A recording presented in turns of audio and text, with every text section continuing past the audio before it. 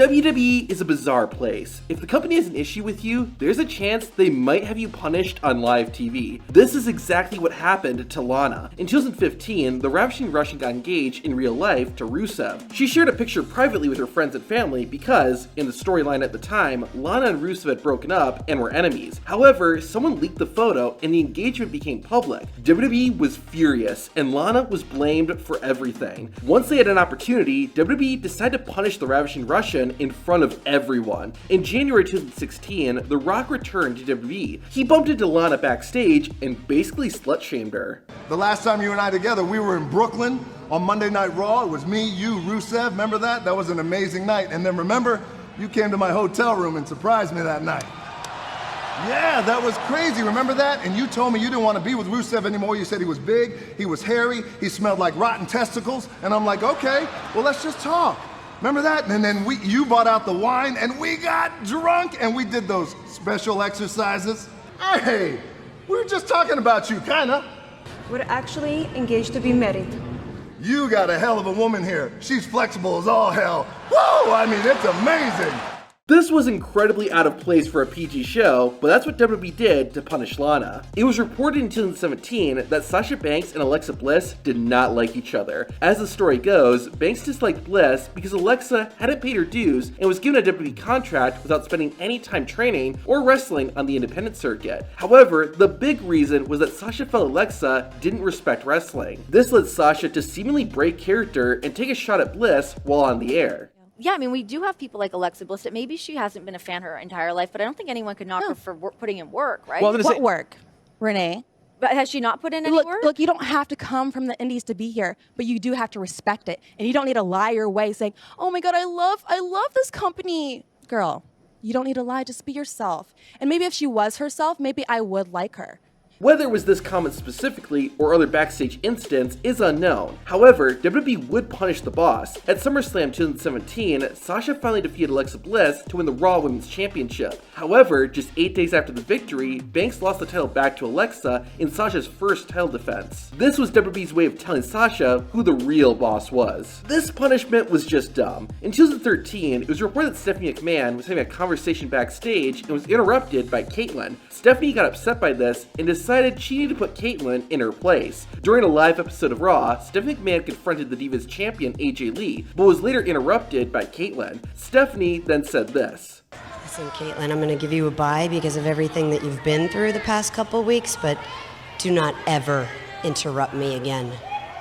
It didn't add anything to the story, and all it did was make Caitlyn look bad. It doesn't matter if you're a wrestler or not. If WWE feels you messed up, you will be punished. Case in point, Lillian Garcia. The ring announcer was part of WWE's European tour in 2004. She ended up partying a bit too much and overslept and missed her ride to a show. WWE, of course, decided to handle this professionally. On Raw, Lillian Garcia hosted a segment between Christy Hemme and Carmella.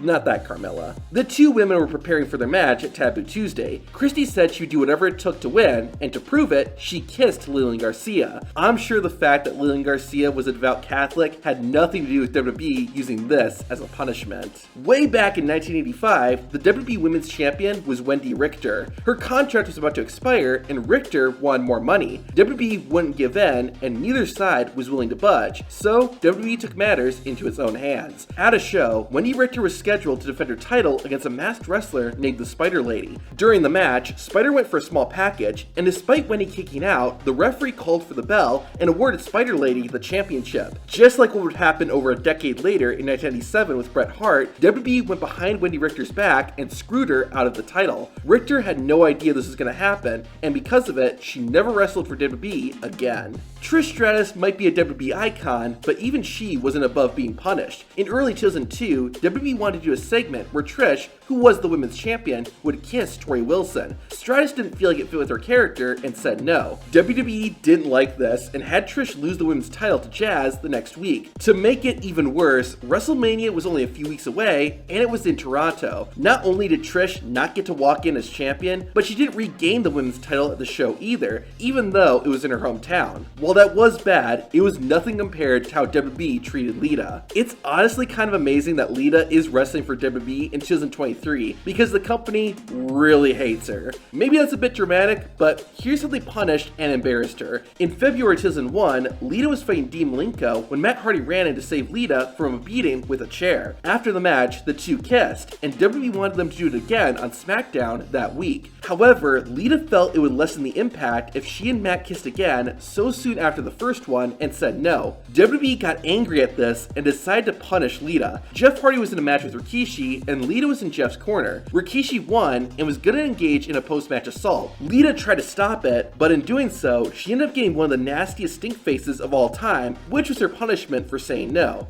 Oh, and it does not stop there. In 2006, Lita decided to retire. However, Trish Stratus had just hung up her boots a few months earlier, and losing two of the best female wrestlers of all time made WWE mad. Unfortunately, they took out all their frustrations on Lita. In her retirement match, Lita defended the Women's Championship against Mickie James at Survivor Series. Lita lost, but the worst part is what happened after. Primetime came out with Lita's personal belongings and started auctioning them off to the crowd, calling it a hose sale. This was just humiliating, especially when you compare it to how Trish Stratus' retirement match went. Trish won not only her match, but also the Women's Championship, and it was in her hometown. As I said, WWE really hates Lita, but I honestly think this next punishment is the worst one. One of the biggest female stars in WWE in the 1990s was Sunny. However, she was not liked by a lot of the wrestlers backstage. There were a few reasons Sunny was hated, but one of the big ones was because she allegedly cheated on her boyfriend, a wrestler named Chris Candido, with Shawn Michaels. Because of this, when an opportunity arose to punish the original diva, the locker room eagerly took advantage of it. During a storyline, Sunny betrayed the tag team she was managing, the Godwins, and joined the Smoking Guns. The Godwins got their revenge by dumping a bucket of slop on top of Sunny. Here's the reason this punishment was the worst one. Before the show, the bucket was placed in the locker room, and everyone who hated Sunny put a bit of their own bodily fluids in the bucket.